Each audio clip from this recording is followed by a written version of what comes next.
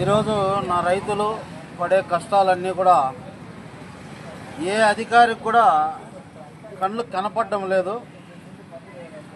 రాజకీయ నాయకులకు మాటలు చెప్పేటప్పుడు ఒక రకము, ఓటు వేయించుకునేటప్పుడు ఒక రకము.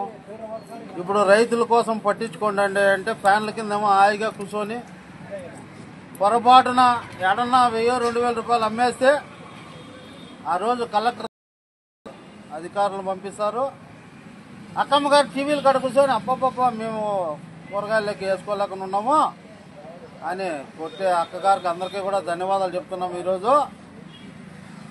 ఈరోజు నా రైతు సోదరులు పడే కష్టాన్ని ₹1 కూడా కేజీ అమ్మని పరిస్థితుల్లో ఏ నాయకుడు ఏ అధికారి కూడా పట్టించుకోవడం లేదు. ఇది ఒకటి కాకుండా పోతే ఒక బాక్స్ పెరగడానికి ₹80 ఖర్చు వస్తుంది.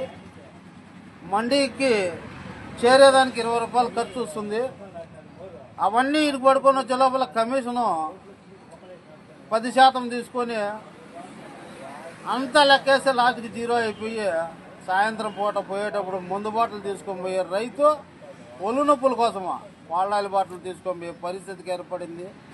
ఇది అందరూ కూడా గమనించి నా రైతులను ఆదుకోవాలి.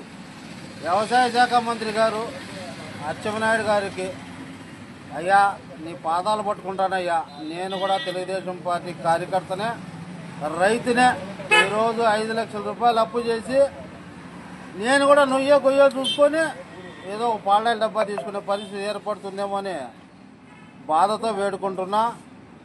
అధికారులు నిన్న లేక మొన్న ఎక్కడో ప్రెస్ మీట్లో చంద్రబాబు నాయుడు గారు ఏదో రైతుల కోసము గిట్టుబాటు ధర కల్పిస్తామని చెప్పినట్లయితే నా చెవులో కూడా పడ్డాయి.